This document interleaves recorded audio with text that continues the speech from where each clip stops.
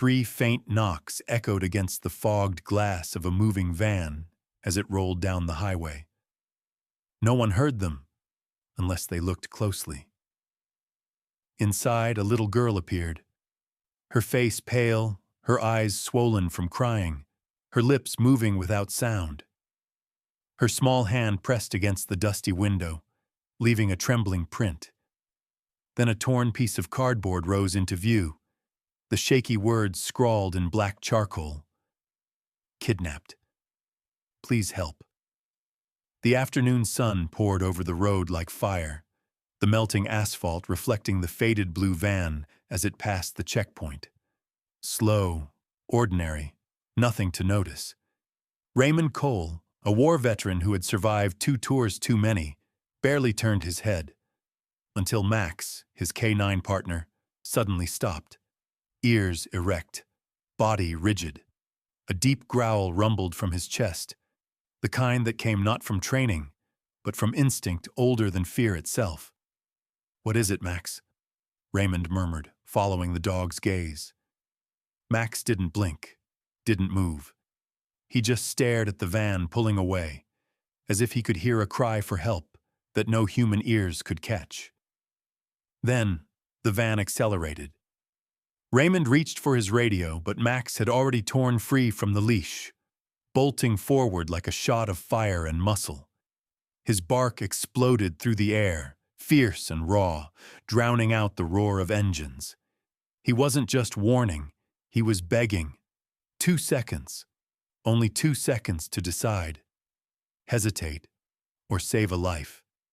Stay with us because what Max did next, no one on that highway ever forgot. Before we start, don't forget to hit like and subscribe, and drop your country name and share your thoughts in the comments. Tell us where you are watching from. I love seeing how far our stories can travel. The afternoon sun bled across the long stretch of asphalt like liquid fire. Heat shimmered above the road, bending the horizon into waves of gold that danced between the dust and the sky. It was the kind of day when even the wind refused to move, when silence clung to everything like static. A silence that didn't feel peaceful, but watchful. Veteran Raymond Cole knew that silence well. He had heard it in the deserts of Iraq, in the moments before an ambush, in the breathless pause between life and death. Now, years later, he felt it again on this empty highway somewhere between Amarillo and nowhere. The cruiser hummed low beneath his hand, the rhythm steady, mechanical, almost hypnotic. Beside him sat Max, his German Shepherd K9 partner, 6 years old, sable and black coat glinting faintly under the windshield's glare. His tongue lolled out lazily, but his eyes never stopped scanning the road. Max was calm, disciplined, and razor-sharp, the kind of partner Raymond trusted more than any man he'd ever served with.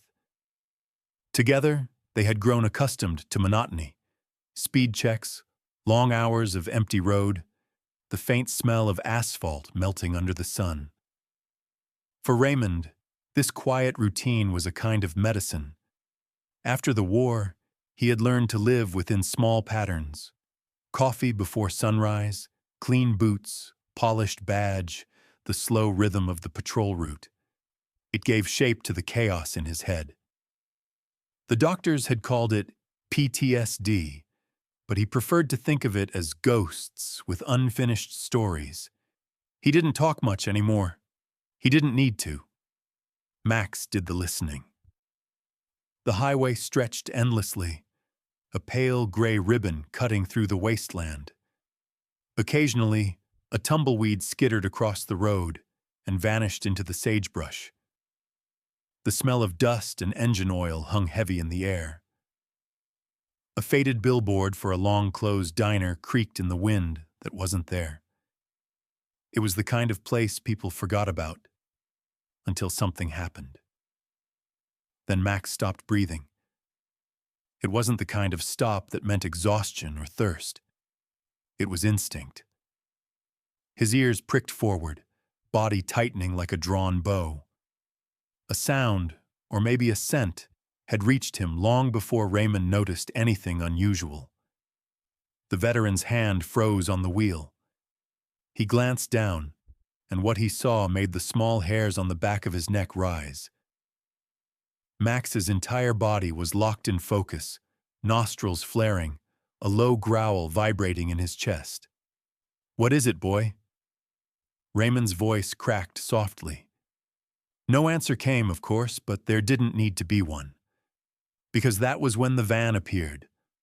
Old, dented, sky blue faded almost to gray, crawling down the highway like something wounded. Its bumper hung crooked, and one headlight flickered weakly against the glare of the sun. From a distance, it looked like every other beat-up vehicle that limped through the desert roads, carrying forgotten stories and nameless faces. But something about the way it moved, heavy, uneven, almost trembling, drew Raymond's attention.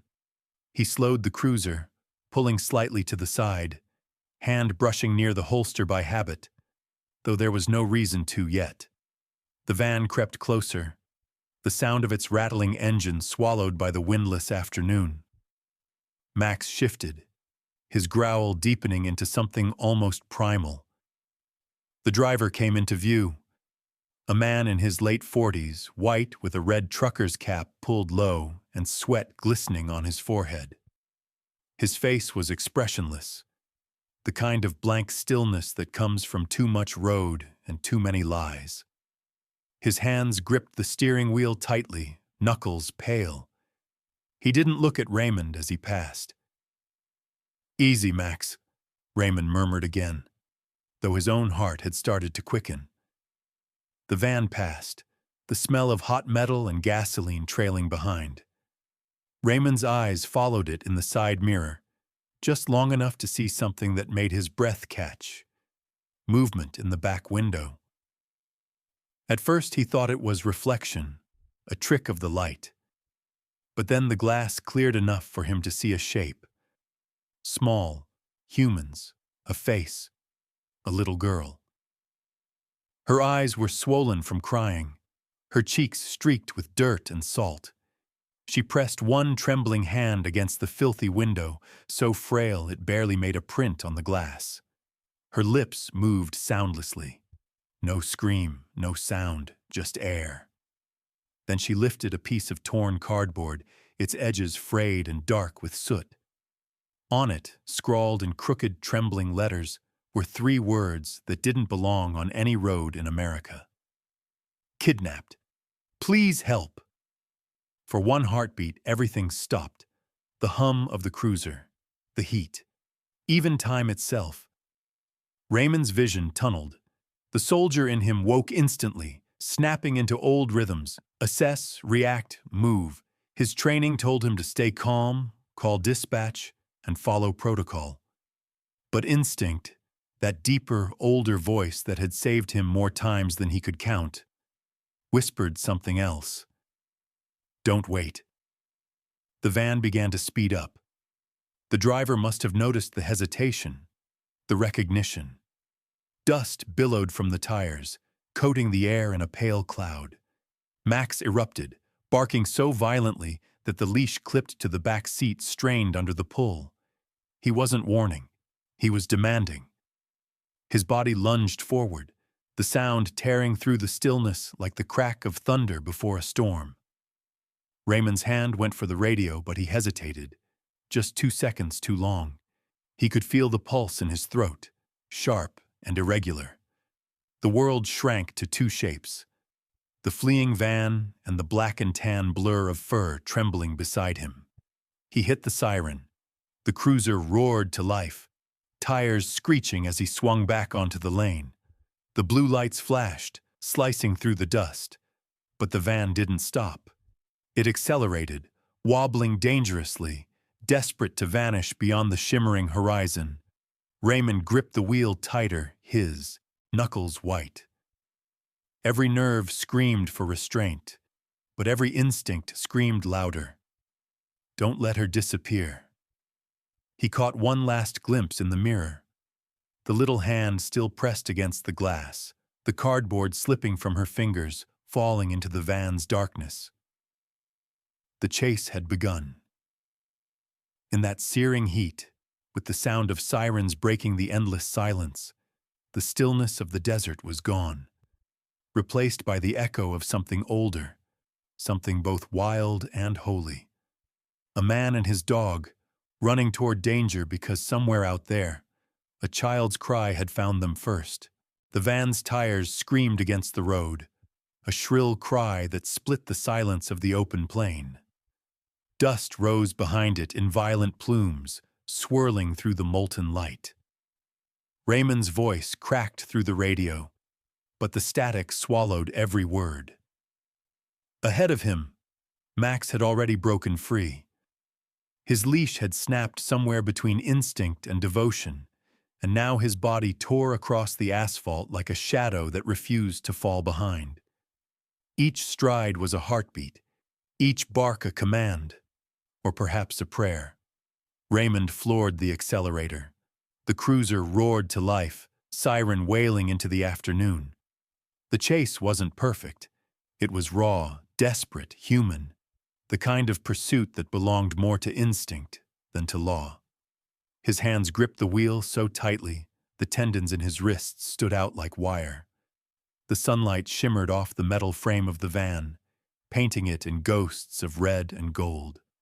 Max ran ahead of the flashing lights, his paws striking the pavement with a rhythm older than reason, the rhythm of loyalty.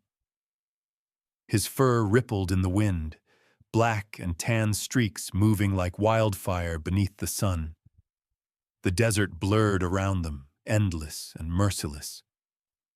There was no sound but the hum of the engine, the cry of the siren, and the voice of a dog who would not give up. Inside the van, the air was a cage. The little girl's breath came in short, uneven gasps. Her wrists burned where the tape bit into them. The man at the wheel, gaunt, pale, lips pressed into a hard line, muttered curses under his breath, every word sharper than the last. Sweat soaked the back of his collar. His name was Carl Henson, 48, a failed mechanic with the smell of oil and nicotine ground into his skin. His eyes, gray and unfocused, darted from mirror to mirror, watching the flashing blue lights closing in behind him.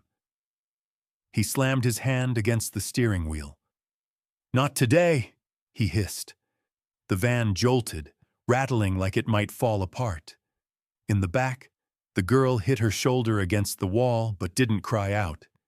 She bit down on the pane, the scrap of cardboard, the one she had written with burnt wood, still rested beside her leg. It was crumpled now, but she clung to it, a fragile piece of faith in a world that had forgotten mercy. Outside, Max barked again. The sound tore through the hot air, sharp enough to make Carl's head snap toward the mirror. For a brief, impossible moment, he locked eyes with the dog, those fierce amber eyes reflecting something he couldn't name. Rage, warning, judgment. Raymond's cruiser surged forward, gaining ground. His mind was a blur of training and prayer. The road curved ahead, and he took it tight, the tires spitting gravel into the wind. He could see the van's bumper now, the rusted license plate clinging by one bolt. Max was only a few yards behind it, his chest heaving, paws bleeding from the heat of the asphalt. Still, he didn't slow. He didn't even blink. The girl felt it. A tremor through the metal, a pulse that wasn't from the van's engine. Something alive was coming closer. She crawled to the back window, the tape cutting deeper into her wrists, and pressed her face against the grime. The sunlight blinded her, but then she saw him, a shape in motion, a creature of dust and fury, the dog. Her heart skipped. She couldn't scream, couldn't speak, but hope took shape inside her, small and trembling, like a candle in the wind. She pressed her palm to the glass again. Outside, Max barked as if to say, "I see you!" The van swerved. Raymond jerked the wheel, narrowly avoiding a collision. His SUV bounced hard against the shoulder, the frame groaning in protest. He could taste the dust in his mouth. The driver was losing control, not just of the road, but of himself. Carl cursed again, reaching for something under the seat. When his hand came back, it held a metal pipe, rusted but heavy. He rolled down the window, half leaning out into the rushing wind. The van wobbled dangerously as he raised the pipe high. Raymond's knuckles went white. "Don't," he muttered. But before the word even left his lips, Max was there. The German Shepherd veered closer to the van, so close that the wind from its tires whipped through his fur. His eyes locked on the driver's face, and for an instant, Raymond saw it. The reflection of his own fury mirrored in Max's gaze. Not wild rage, but something sharper, cleaner. Faith in motion. Carl swung the pipe, missing by inches, the wind howling between them. The move threw the van off balance. It fishtailed, tires shrieking, the back door rattling under the strain. The old latch gave a sudden, desperate sound and cracked open. It was barely an inch, but it was enough. A sliver of light sliced through the darkness inside the van, catching the girl's face. She turned toward it, eyes wide, the world suddenly brighter. Her small hand reached toward that thin line of freedom, trembling.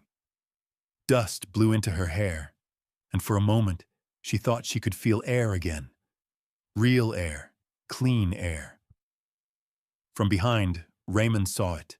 The shimmer, the gap, the hand. Everything inside him shifted. He slammed the gas pedal down, the siren blaring louder than before.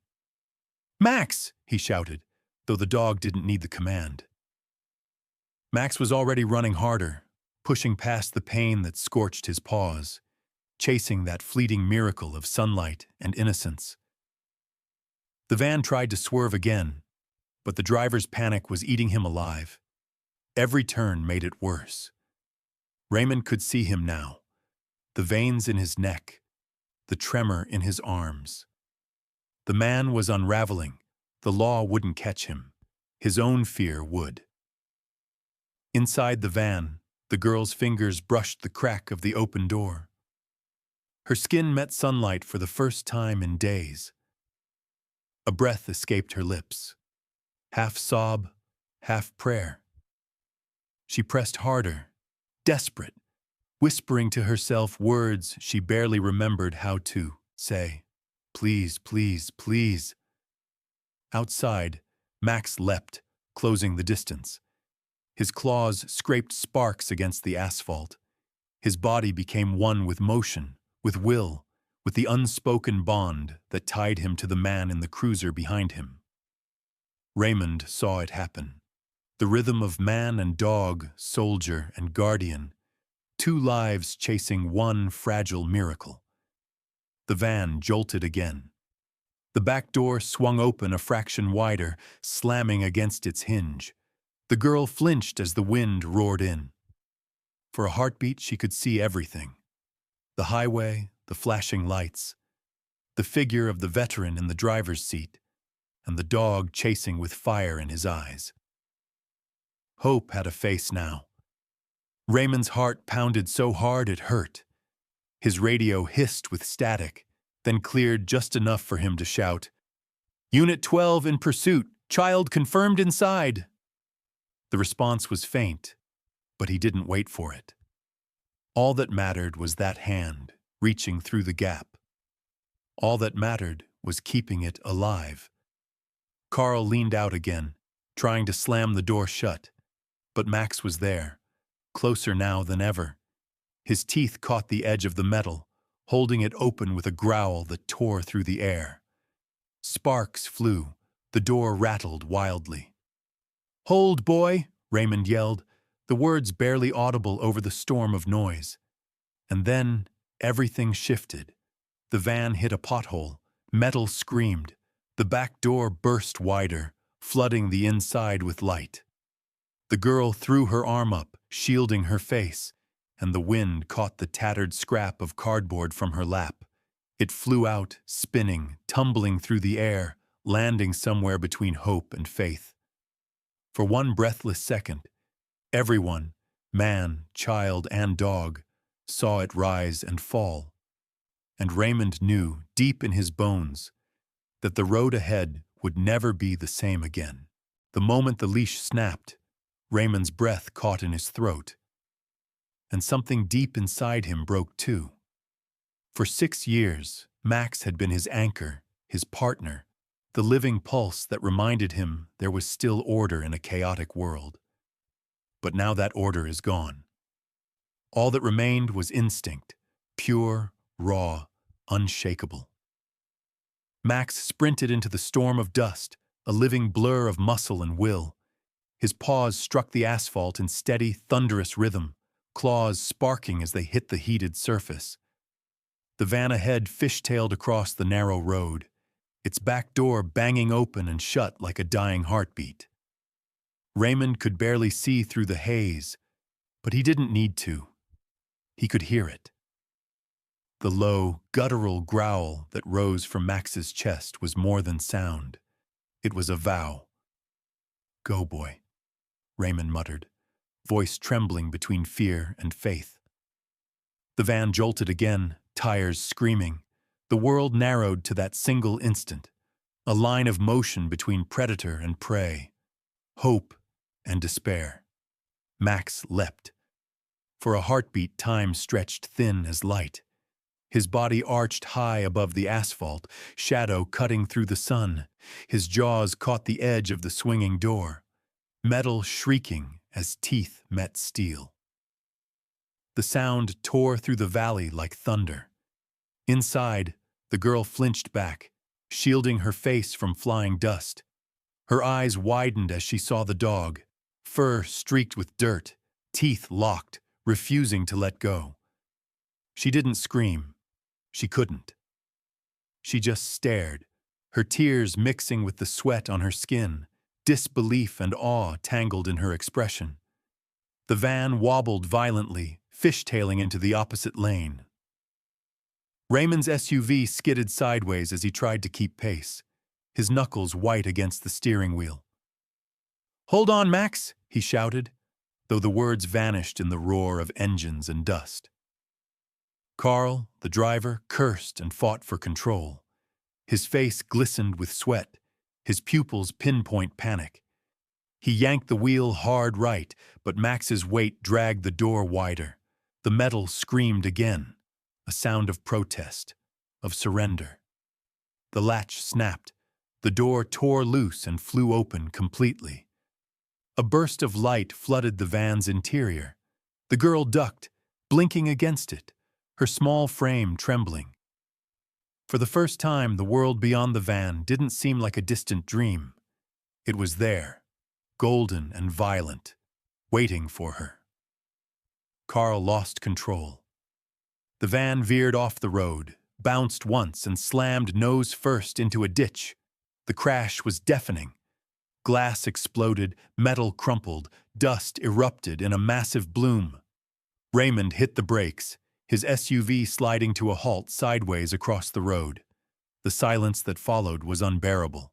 Then came the sound of something small and alive. A faint whimper, followed by a bark. "Max!" Raymond breathed. He threw open the door and stumbled out, boots sinking into the loose dirt. The heat hit him like a wall, but he didn't feel it. His ears rang. His vision swam. Through the haze, he saw Max, limping slightly, dust coating his fur, but standing. His chest rose and fell fast, eyes blazing. The van door hung twisted, creaking on its last hinge. Smoke curled from under the hood. Raymond moved closer, hand reaching for his gun out of instinct. That's when he saw Carl Henson crawl out from the driver's side. Disoriented, face bleeding, shirt torn. But he wasn't empty-handed. His right fist clutched a knife, its edge catching the dying light. And on the other hand, the girl. He dragged her out by her arm, her knees scraping the gravel, her lips moving in soundless pleas. Her hair was tangled, her eyes wide with shock, pupils dilated by terror. The sun burned behind them, painting the scene in blood and gold. Raymond shouted, "Let her go!" His voice cracked the still air. Carl didn't answer. His chest heaved, eyes darting between Raymond and Max. "Stay back!" he barked, his voice shaking. "I swear I'll—" He never finished, because Max was already moving. The German shepherd lunged forward, silent, swift, unstoppable. His paws barely touched the ground. For a split second, the light caught him mid-air, fur glinting like bronze, muscles taut as drawn wire. The knife flashed. Then Max hit. The impact knocked Carl backward, the knife spinning out of his grasp, clattering against a rock.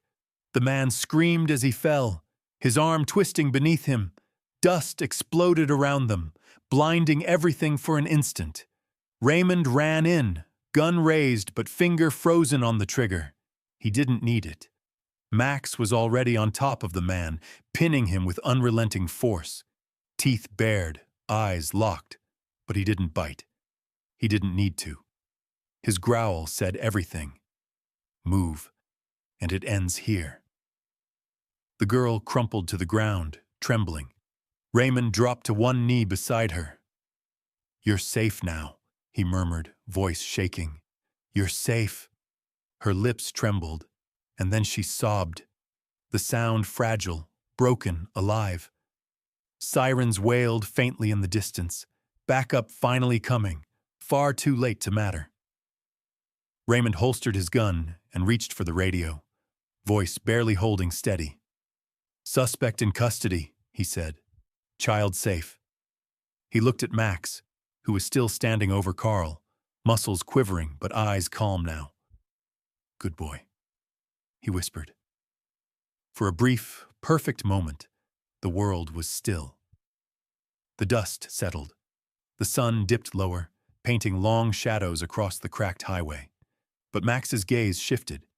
His ears pricked toward the tree line that bordered the field.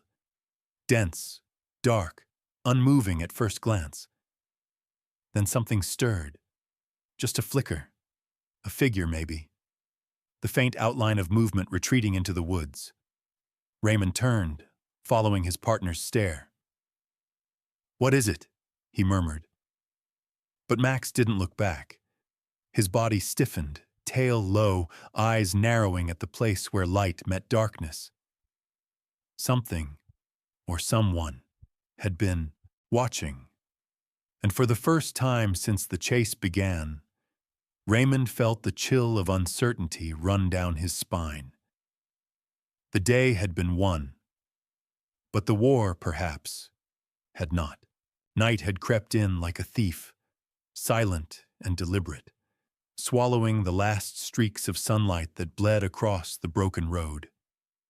The wind carried the scent of dust and oil, the aftermath of metal twisted by fear. Raymond stood beside the wreck, his flashlight trembling slightly in his hand, though his grip was firm.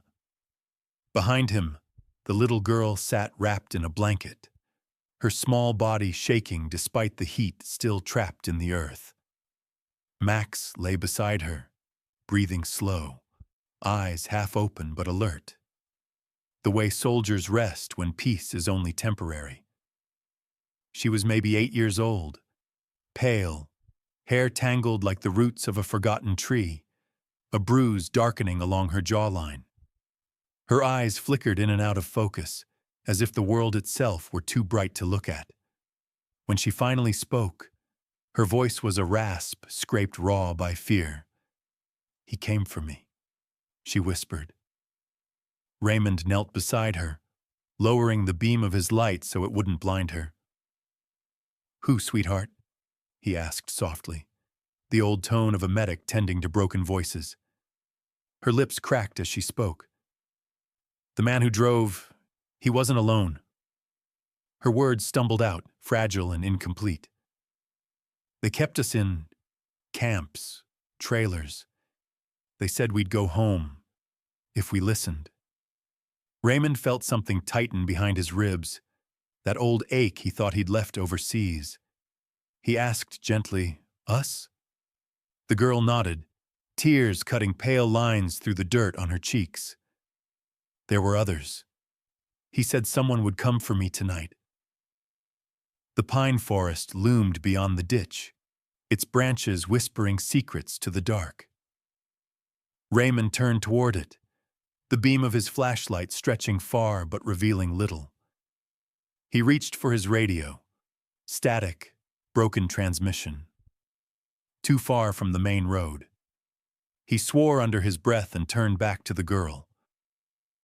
"You're safe now," he said, though his voice betrayed a doubt that only Max seemed to hear, because Max was already standing. The dog's ears flicked, tail stiff, nose lifted toward the wind. A low growl rippled through his chest, not anger, but recognition. Raymond froze. He had seen this once before, in a different country, a different kind of night, the moment before everything breaks. Then came the sound. A faint crack. A twig surrendering under weight somewhere deep within the trees. Before Raymond could move, Max did. He bolted forward, a streak of muscle and light vanishing into the shadows. Raymond shouted his name, but the word was swallowed by the forest. He grabbed his flashlight and ran, lungs searing as he pushed through the undergrowth. Branches whipped his arms, roots caught his boots. Each breath burned, each heartbeat drummed a warning. Don't lose him. Not him. Somewhere ahead, he heard the barking, sharp, controlled, the kind trained dogs use to corner, not to kill. It echoed off the trees, followed by the crash of footsteps not belonging to Max. Someone else was running. Raymond's light cut through the dark, briefly illuminating movement.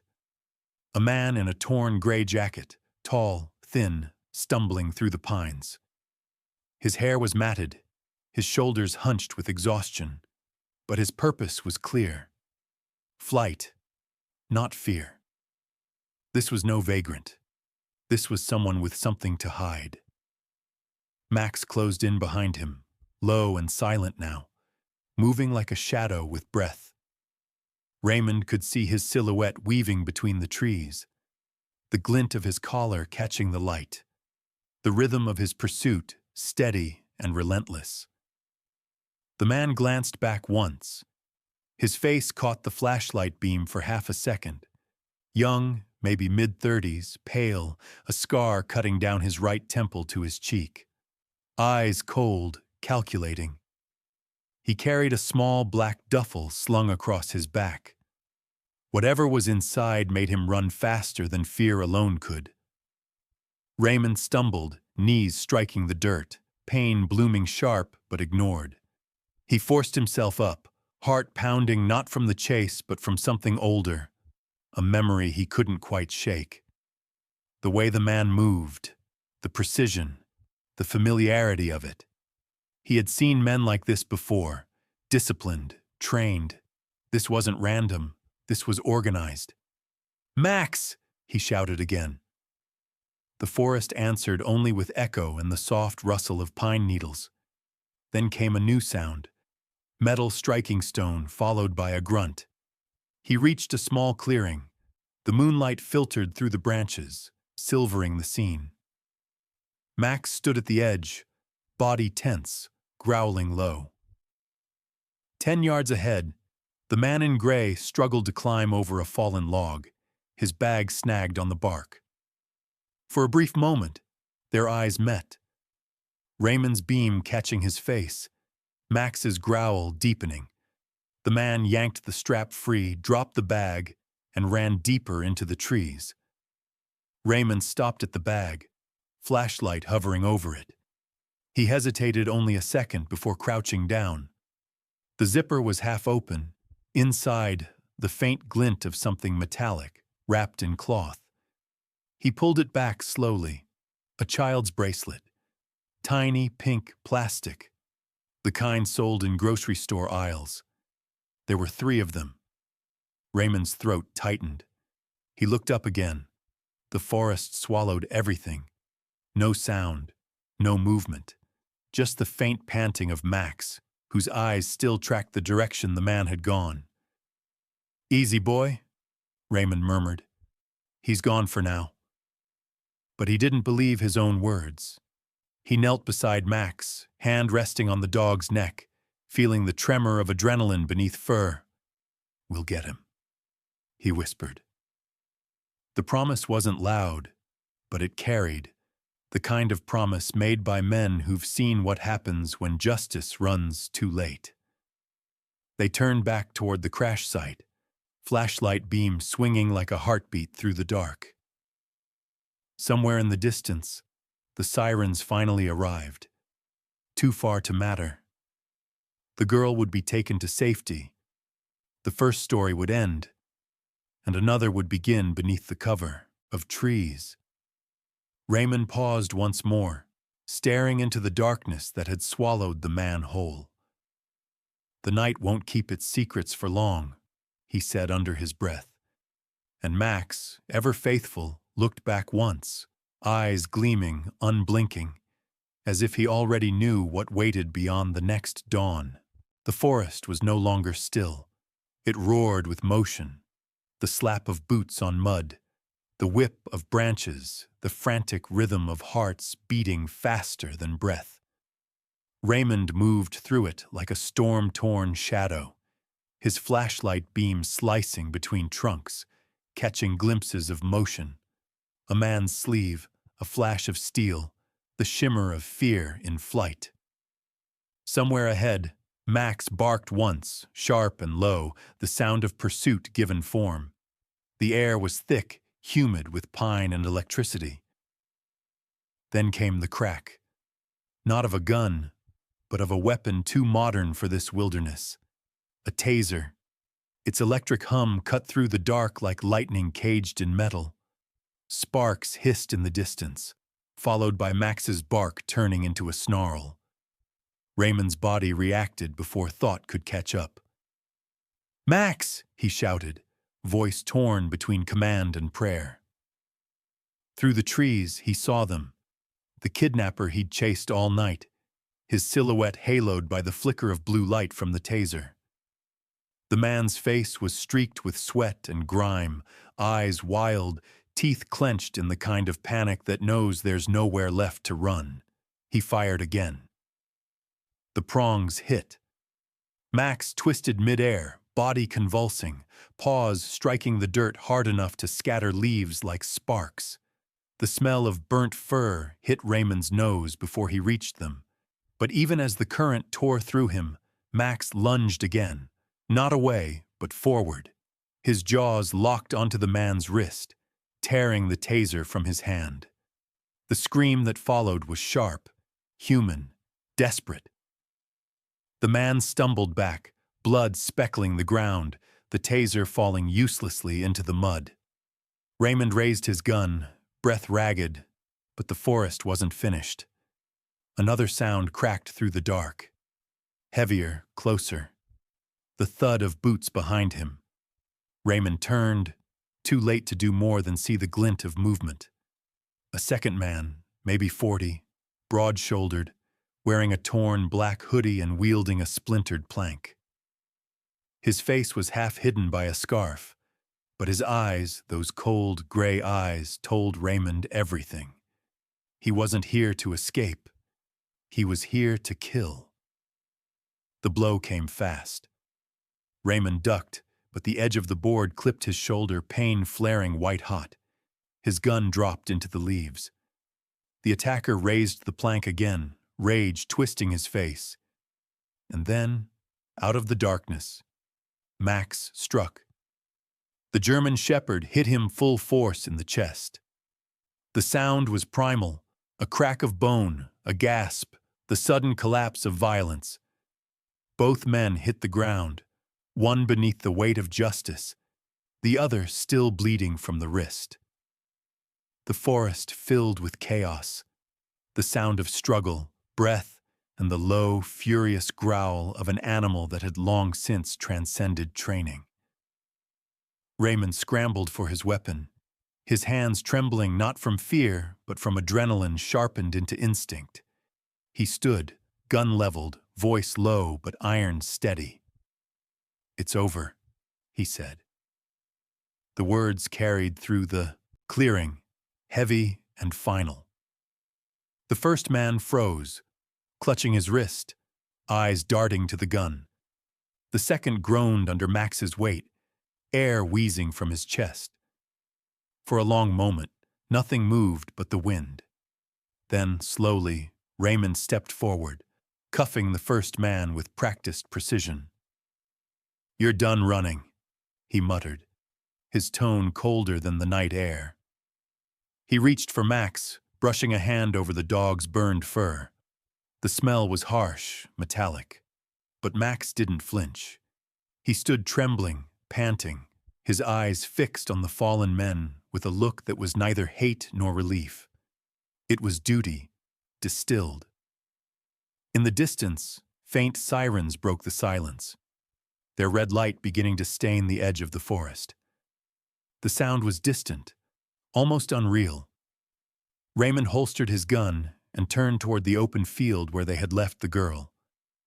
"Come on, boy," he said softly. "Let's go home." The walk back felt longer than the chase. The world had grown quieter, the forest no longer thrashing but whispering.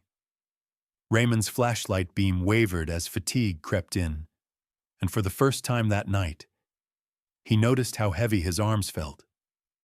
Max limped slightly beside him, but his head stayed high, his gaze forward. The posture of a soldier who doesn't allow himself to rest while others still need him. When they reached the clearing, dawn had started bleeding into the horizon, faint, pink, uncertain. The girl sat wrapped in a blanket near the cruiser's headlights, knees pulled to her chest. A paramedic spoke softly beside her, but she didn't answer. Her eyes locked on Max the moment she saw him. "He came back," she whispered, as though confirming to herself that goodness could, in fact, survive the night. Raymond crouched beside her, the exhaustion finally softening his voice. "You're safe now," he said, though part of him knew safety was too simple a word for what she'd endured. Her small hand tugged at his sleeve. "There are more," she whispered through tears.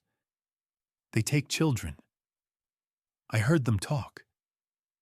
Her eyes darted to the forest's edge, where the shadows still lingered like unspoken memories. Raymond followed her gaze, feeling the truth sink into him like armor he hadn't meant to wear again. He'd hoped this was a single crime, a night that would end with one rescue and a report. But it wasn't. It was a pattern, a chain. And tonight, they had only broken its first link.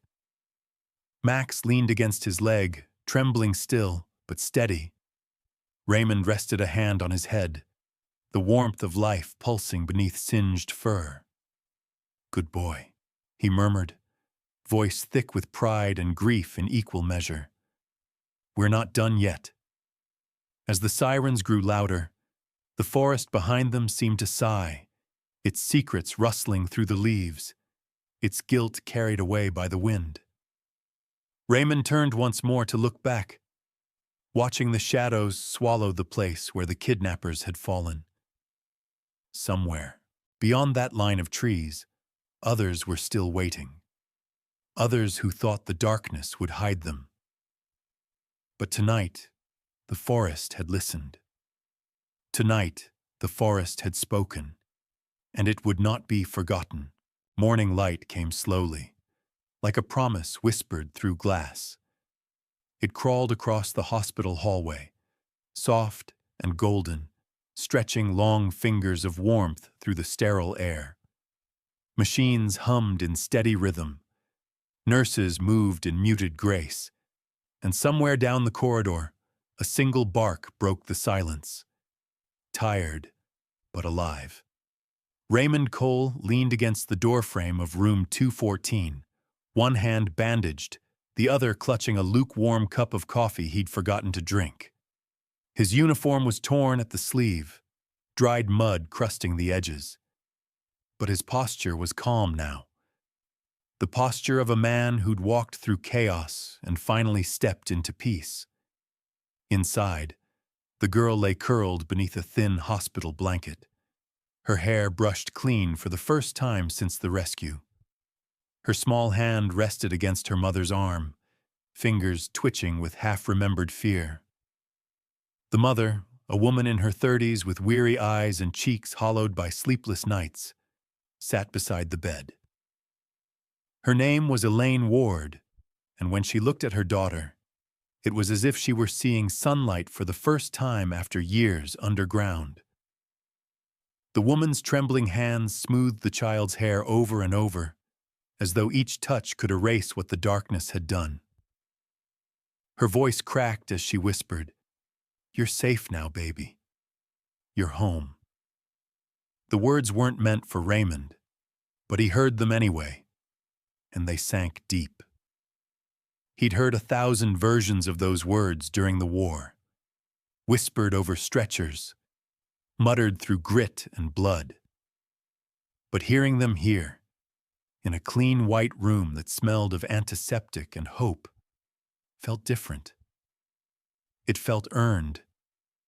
A soft sound drew his gaze.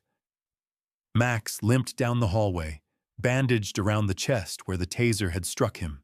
His fur had been washed, though patches still showed the burn marks beneath. The nurses gave him space, whispering in reverence as the German shepherd padded forward, tail swaying weakly but steady. His gait was slower now, deliberate, but his eyes still held that same unwavering purpose. The girl stirred at the sound. Her eyelids fluttered, and when she saw him, her face lit with something purer than joy. Recognition. "Max," she breathed, voice fragile as morning mist. She reached out, and he came to her side without hesitation. His head sank into her small hands, eyes closing as she whispered, "You saved me." Her mother covered her mouth, sobbing quietly. Raymond turned away for a moment, pretending to study the light outside.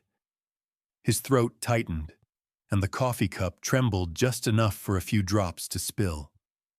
Dr. Allen, the attending physician, entered the room then. Middle-aged, broad-shouldered, his glasses fogged from the warmth. He carried a clipboard, but looked more like a man humbled by what he'd witnessed than one reading vitals. "She'll be okay," he said gently. "There's some trauma, but she's strong. They both are." His eyes flicked toward Max, who wagged his tail once in acknowledgement, then returned his focus to the girl. Raymond nodded, but didn't speak. Words felt clumsy in moments like this. Instead, he moved closer, resting a hand on Max's back. The dog's muscles quivered under his touch, not from pain, but from exhaustion, the kind that seeps into bone. "You did good, partner," he murmured. "You did real good." The girl looked up at Raymond. "You're the man who found me, aren't you?" she asked. Her voice was stronger now, threaded with the bravery of children who've seen too much and still choose to trust. Raymond hesitated, then smiled faintly. "No," he said softly. "He's the one who found you." He nodded toward Max, whose ears flicked as though he understood every word. Outside, dawn broke fully, painting the world in soft gold. The hospital parking lot gleamed with dew. Somewhere far away, the forest that had held so much darkness now stood silent under the light. No sirens, no shouts, only the echo of a night that had ended. Later, when the girl was asleep again and the mother finally allowed herself to rest, Raymond stepped into the hallway. He stood by the window, watching the city wake. Cars moved like quiet rivers of metal and purpose. Life, ordinary and unbroken, carried on. He hadn't seen the world this way in years, unafraid, unguarded. Behind him, Max's nails clicked softly against the linoleum. The dog came to sit beside him, leaning slightly against his leg. Raymond smiled down at him, then noticed the way the sunlight caught on Max's collar. The tag, dull from years of wear, glinted like a medal. It read, K947 Loyalty Never Breaks. He exhaled slowly, the tension in his chest loosening like a knot finally undone. For once, silence didn't feel heavy. It felt earned. A nurse passing by paused. "He's a good dog," she said. "The best," Raymond replied. His voice was quiet, reverent. Then, after a pause, "He's more than that. He's a believer." The nurse tilted her head, confused but smiling, and moved on. Raymond stayed, eyes on the morning sky. The weight of all he'd seen, the blood, the screams, the fear, still clung to him. But something else pressed against it now, softer and stronger. The certainty that faith, once lost, can return, sometimes on four legs, sometimes covered in dust and scars, but always in time. In the reflection of the window, he saw his own face beside Max's. Two survivors, two witnesses, both forever changed by the night that almost broke them, and the dawn that healed them instead. He rested a hand on Max's head one last time before whispering, half to himself, half to the dog, "You remind me why I still wear the badge." Max's ears flicked, his tail wagged once. Outside, the day grew brighter, and somewhere, deep in that quiet, the world remembered hope. Some stories don't end when the mission does. Sometimes they linger, in the stillness after sirens fade, in the echo of footsteps walking away from the light. Maybe that's where courage truly lives, not in the noise of what we do, but in the silence that follows. In the soft breathing of a dog who gave everything he had, in the steady hands of those who refuse to stop caring, even when no one is watching. The world rarely remembers their names. It doesn't have to. Because every time someone is saved, every time fear gives way to faith, their work continues, unseen, but never undone. So if you ever wonder whether loyalty still exists, whether hope can survive the dark, look closer. You might see it wagging its tail, waiting quietly at the door, ready to run again. Because some heroes don't wear medals, some just keep believing, long after the world has stopped looking. And in that quiet between heartbeats, the world begins to heal. If stories like this still touch your heart, don't forget to subscribe and stay with us for the next light that flickers through the dark.